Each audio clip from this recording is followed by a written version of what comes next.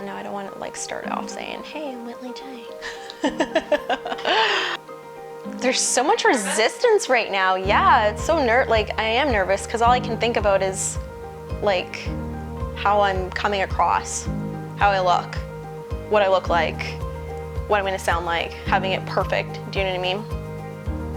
Or I'm just like, okay, just channel my inner self, channel my inner heart, right?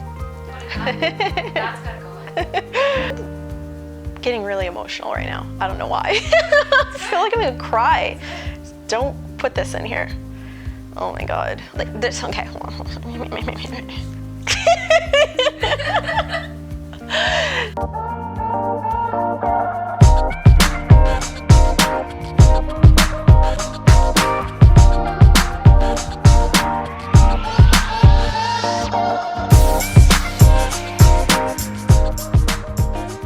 I'm Whitlyjane, and today I'm doing this video because I want to share a little bit of who I am, but more importantly, there's something that I feel so strongly called to come out and share with everybody, to share with the world. There's so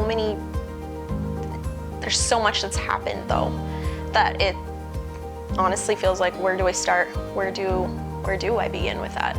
But if I could like put it all together into one common thing that has taken me from where I am to where I am right now, it's that common theme of who is Whitlyjane? Who am I, right? And I feel like that is, if not the most common theme, or the only one theme that most of us are or have experienced or are experiencing in our life, is like finding who we are, finding out who it is underneath everything. And I believe that when we figure out who that person is, and when we choose to step into that person and be that person every day, no matter who you're around or where you're at, that is when you become who you are, and you like, that's where freedom is. That's where everything begins to just fall into place for you. There's just this level of fear that stops us from actually doing it. And it really comes down to a choice. And yet that fear is so paralyzing and so crippling that we would sooner be comfortable in this avatar that we've created for ourselves to feel safe in the world, that we choose to be comfortable in that and hide away our own light and dim who we really are, as opposed to overcoming it to just be ourselves freely. I had my first experience with rock bottom at the age of 19.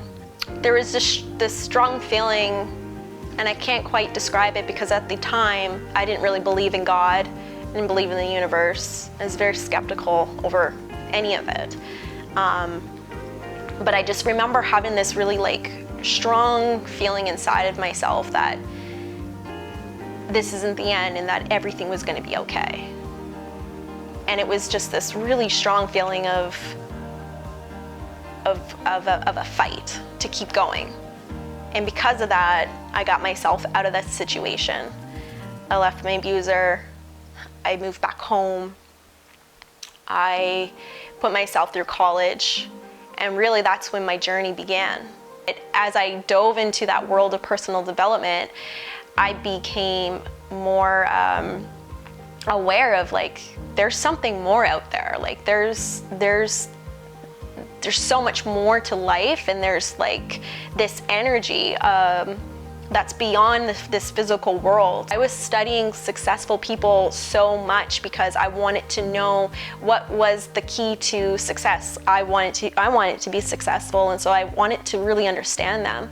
And the common theme that I found among all of these people were that they believed in a higher purpose. They believed in God. They believed in the universe. They believed in this energy that we cannot see. One of the biggest like lessons that I had learned throughout that process was that each one of us, every single one of us, has the ability to create our own reality.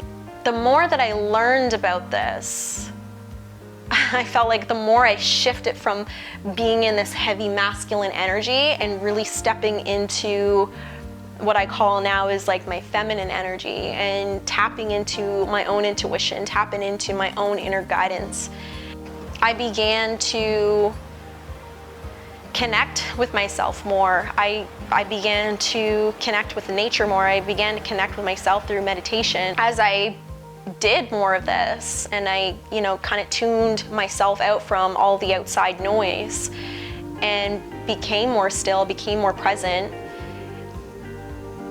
I realized that there were some things that I was experiencing by doing so, and I didn't quite understand it. I feel like I always knew that I had some like weird way that I could like pick up on other people's energy. Like the more that I was tapping into myself and tapping into God and the universe, it felt as though I was able to like tap into other people's energy in a completely different way. I didn't really understand it. I didn't understand it, but I wanted to understand it. I began to play with it a little bit. Tapping into other people's energy, I would get like almost these readings. I could feel their energy. I could feel where they were blocked. I could feel where they were stuck. I could even feel like the pain or like the challenges that they had in their past, but they were still carrying presently that were keeping them stuck either in their life or their business. And the more that I like did this and played with this, the more validation that I got that, hey, this isn't like in part of your imagination, really. This isn't like something that's like cray cray or woo woo. Like this is a real thing, and you're actually like tapping into something that you can't explain. You can't explain it. When you do a reading or an energy reading for somebody who lives on the other side of the world and you know nothing about them, when you tell them what came up and you're explaining to them and they're going, holy shit, like, wow, how do you do this? How do you do this? It's like, okay, there's something here. There's like, I have something here. So it's like, okay, I have these gifts and I call them spiritual gifts because I don't think that I would be as open to them had I not done the inner work, had I not done the healing work, had I not, done the spiritual evolution to where I am today. This has taken work. This wasn't something that I just woke up one day and it was like, hey, I can like read your energy. Hey, I can like tell you where you're stuck. No. This has taken years to get to this point. But with that comes a level of fear because it's like, oh shit, there's this thing that I have where I can really help people. I can really help change lives. But yet I'm terrified to come out and share this with people. But I do feel like it is part of who I am. And I am Whitlyjane, but I'm not the same Whitlyjane I was 1, 2, 3 years ago. And as I'm evolving and growing, I am, I have a responsibility, I have a duty to show up in the world as I am, regardless of what other people are gonna say, think, or, feel about me. It's really about me and speaking my truth and honoring who I am and honoring my own gifts to show up in the world as a light worker, as a healer, as a coach, to helping others in their journey. This is what this life is about. No matter what your background is or what position you hold, we are all here to serve one another. I just know deep down, like the more that I hold back on who I am, the more that I hold back on my own gifts, that I'm not only doing a disservice to other people, but I'm doing a huge disservice to myself and to my own soul. So yeah, there's a level of fear of showing up and openly sharing this with other people, but I also feel like there's a level of like a weight being lifted from my shoulders because I don't have to wear a mask. I don't have to hide who I am, and I don't have to hold back. Because at the end of the day, people are gonna judge. I'd rather just be myself fully and be judged as my most authentic self. Yeah. So there's this quote that I absolutely love, and it goes like this: if you want to give light to others, you have to glow yourself.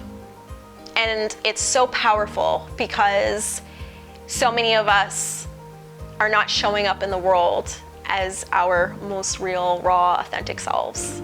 And there's so much fear around it. And yet we have this innate desire to help others and to serve others. But in order to do so at our best and to give our best, we have to be our best. And to be our best is to be ourselves fully. And I'm showing up as Whitlyjane.